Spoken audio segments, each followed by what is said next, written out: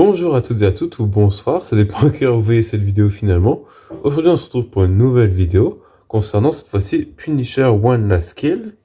Donc c'est un Marvel Spotlight qui est sorti mercredi dernier, donc le 13 mai je crois, si je dis pas n'importe quoi, oui c'est ça, le 13 mai. Et donc du coup on a eu le droit à une espèce de mini-film, alors, je dirais pas, c'est un peu comme un épisode bonus finalement, qui a duré une cinquantaine de minutes, avec justement comme personnage principal donc le Punisher, qui est dans l'intrigue recherché par une mafia après avoir réussi à venger toute sa famille.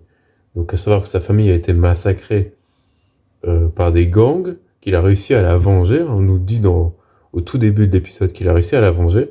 Et une personne qui s'est fait massacrer sa famille par du coup Frank Castle, donc le Punisher, décide de se venger et d'essayer de massacrer complètement ce personnage.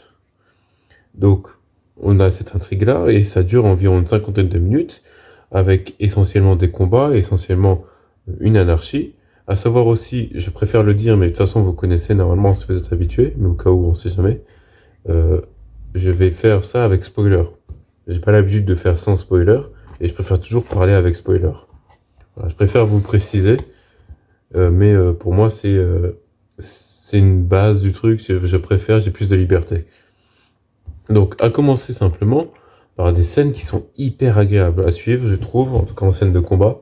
J'étais plutôt satisfait, excepté à un moment, donc c'est au moment de cette scène-là, où justement il tombe et il se fracasse le dos contre une espèce de truc en métal qui est sur un toit, et on a l'impression d'avoir une animation de PNJ, un petit peu comme si on était dans un jeu vidéo, et c'est un peu bizarre, et apparemment ça a été fait avec des effets pratiques, c'est pas du tout de la CGI ou quoi, donc bon, c'est un peu bizarre, mais c'est le seul moment où ça m'a un peu dérangé, où j'ai trouvé ça un peu bizarre, mais en vrai c'est un peu pour chipoter, ça reste ok.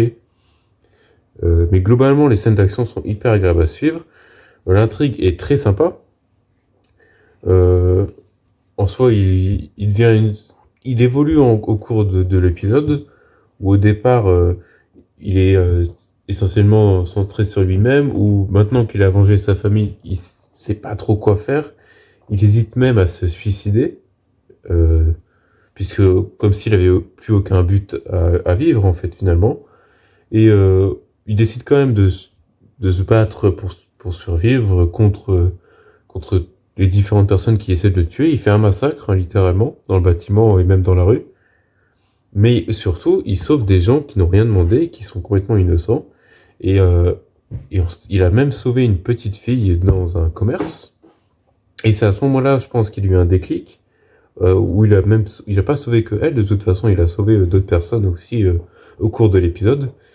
Et en fait, il a une sorte de déclic, je pense, où il se dit qu'il peut quand même devenir une sorte de justicier, où il peut massacrer des gens qui font n'importe quoi, des gens qui font ce qu'ils veulent dans la rue, etc.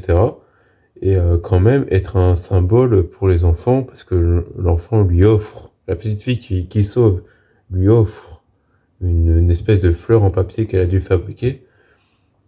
Et, euh, et en fait, on sent qu'il ressent quand même de l'attachement, et qu'il se dit, bon bah ok, en fait, je peux aider les gens. C'est ce qu'on voit en tout cas à la fin, au moment de cette scène-là, et juste à la fin, où justement il aide un homme à récupérer sa casquette qui s'est fait voler. Un homme qui se fait ridiculiser, ou d'ailleurs qui s'est fait prendre son chien et littéralement assassiner son chien, hein. Et donc du coup, le Punisher décide de venger cet homme en attrapant le gars et en le butant, tout ça pour lui rendre une casquette, mais aussi pour, quelque part aussi, venger le chien, même si je suis pas sûr que Frank Castle ait vu ça, mais bon. En tout cas, il cherche à savoir, donc du coup, il cherchait à savoir ce qu'il peut faire maintenant, et il décide du coup de traquer et de sauver des innocents en tuant la plupart des gens qui vont le faire chier, hein, finalement, et qui vont faire chier des gens dans la rue. Globalement, l'épisode est très cool, hein.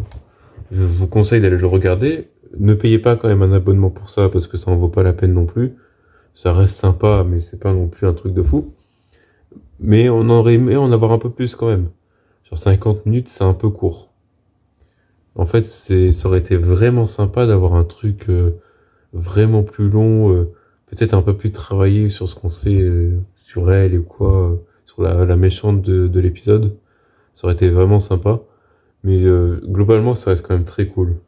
Donc si vous ne l'avez pas vu et que vous hésitez à le voir, moi je vous conseille d'aller le voir parce que ça reste un épisode très agréable à suivre.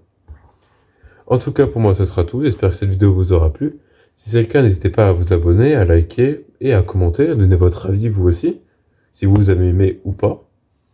Et sinon, on se retrouve pour une prochaine vidéo.